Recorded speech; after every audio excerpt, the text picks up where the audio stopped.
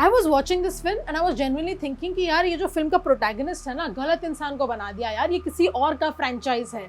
Hi, I am Pratiksha Mishra and you are listening to my review of Bhool Bhulaiyaa 3।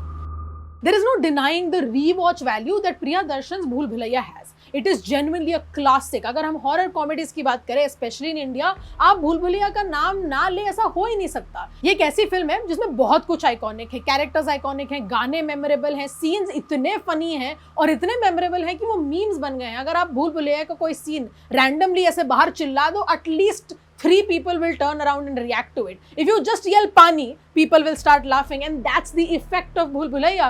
So it's no surprise that you might expect this kind of effect, this kind of iconic potential from Bhool Bhulaiya 3 as well. But Bhool Bhulaiya 3 is not a sequel to Bhool Bhulaiya.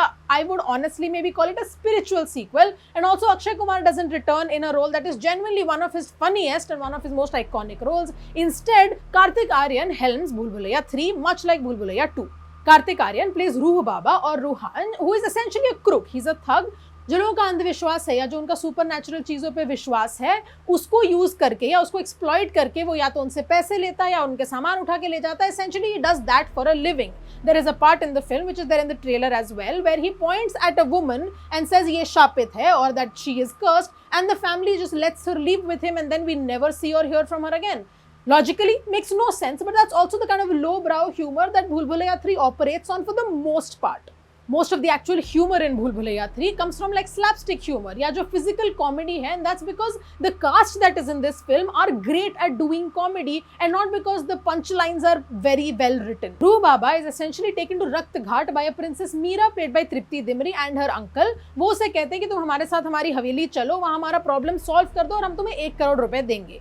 Both of them are being very tight-lipped about the actual details of this mission, but Ruh Baba को पैसे चाहिए तो he says sure, let's go, let's thug some more people. पर actual घपला उनके साथ हो रहा है। When he reaches this place, he realizes कि जो descendants है रॉयल फैमिली के और essentially मीराज फैमिली, वो तबेले में शिफ्ट हो गए हैं and are living honestly in poverty, क्योंकि जो महल है that is haunted by a spirit called Manjulika. Why are all the spirits in Bhool Bhulaiya named Manjulika, even though there is not quite a direct link? I don't exactly understand, but ठीक है, चलो for nostalgia's sake हम ये मान के चलते हैं. The spirit here is named Manjulika. The thing is, none of them have actually seen Manjulika, which leads to a bit of suspense later on in the film, one that I quite enjoyed actually. One ornate door after another opens, बड़े-बड़े padlocks धूल चाट जाते हैं, and we are kind of introduced to the fact कि ठीक है, अभी जो हमारा सुपर नेचुरल एलिमेंट है वो धीरे-धीरे इस फिल्म में एंट्री करने वाला है।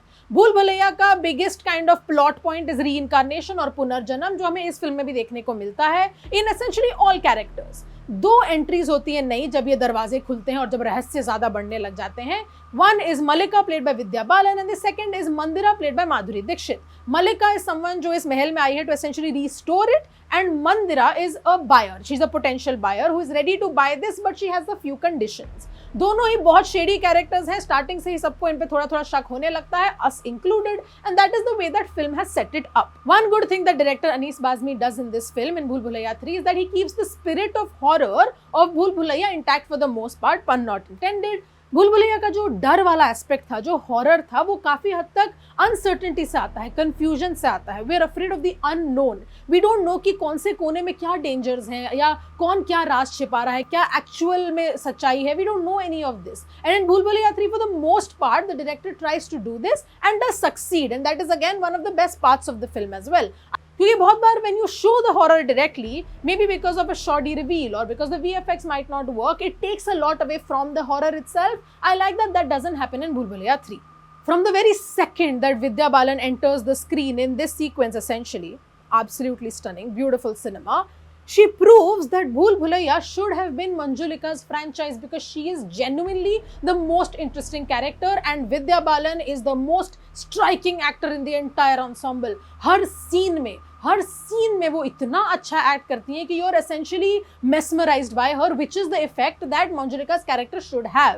Then there is Madhuri Dixit as Mandira, a very fine actor and a very fine-tuned performance as well. जो इन दोनों के sequences हैं आपस में are genuinely some of the most interesting and engaging parts of Bhool Bhulaiya 3. एक sequence है जहाँ पे दोनों एक tug of war में लगी हुई हैं, and just the sheer tension in that scene is more than what is there in the entire film practically. whenever they're together or even apart, just lurking through the Haveli, hiding their own secrets, even interacting with each other, it's all just so interesting. I genuinely found myself constantly waiting for the second when both of them would be back on the screen again. But of course, the film's lead in a way is Kartik Aaryan. Kartik Aaryan ki performance mein problem ye hai ki he's essentially playing an extension of himself, or the Kartik Aaryan that we have seen on screen for so long. This does not have the potential of becoming an iconic character the way Akshay Kumar's character did. And I would not make this comparison. I really wouldn't, because like I said, it's a spiritual sequel. But that comparison also comes from the fact that jo Kartik Aaryan ka performance hai, it also feels like an extension of Akshay Kumar's performance. Tripti Dimri का character है Meera, who at first in a few sequences seemed काफी interesting. I was like, okay, कहीं तो कोई connection है जो हमें शायद अभी देखने को मिल नहीं रहा है, या she has a few tricks up her sleeve, but उनको भी काफी हद तक sideline कर दिया जाता है. And I genuinely feel like a broken record as I say this, but Tripti Dimri, the fine actor that she is again essentially wasted in this film. But okay, कहीं कहीं पे कुछ scenes हैं जहाँ पे उनको मौका मिलता है to showcase her skill, and she does do that, but it again just kind of falls into the background eventually.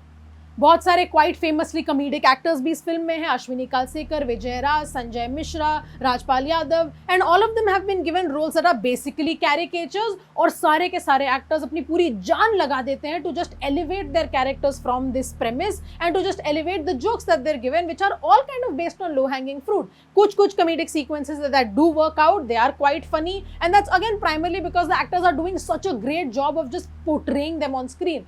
There's one sequence where Ashwini Kalsekar's character is essentially doing a dance of sorts, and that I found hilarious. But that's also because the actors are doing such a good job. The humor itself doesn't always land. To the film's credit, however, towards the second half, it does have loftier ambitions than what you would expect from this film.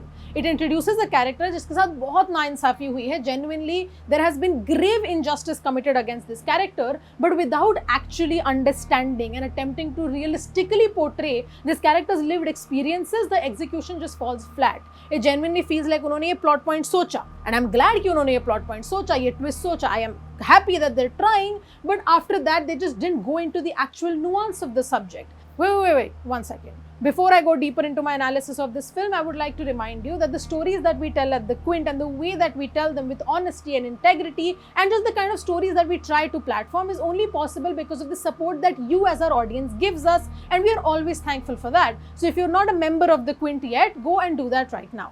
Bhool Bhulaiya would not be the film that it is without its songs, and Bhool Bhulaiya 3 would also not be the film that it is without Bhool Bhulaiya songs. जो actual original गाने हैं Bhool Bhulaiya 3 में are actually not that memorable. They also feel very out of place. I don't know why they are there. It feels as forced as the kind of love story that is put into this film. And honestly, the done and dusted recreation of Mere Dholna still works, and that only goes to show how iconic this song is. And honestly, who is going to complain?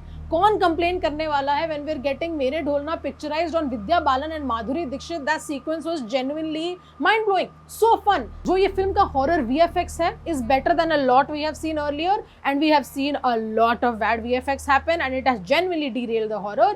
यहाँ पे the VFX for the most part is quite well done, और जो camera work है, जो editing है, that helps the VFX kind of create that setting as well. I generally found the spooky, mystical thing that they're going for to be quite effective, and that helps the film a lot. For the most part, Bhool Bhulaiya 3 has parts where it kind of holds true to the essence of Bhool Bhulaiya, and also Madhuri Dixit and Vidya Balan are carrying this film on their very, very able shoulders, and for that experience alone, my rating for Bhool Bhulaiya 3 is 2.5 stars out of 5.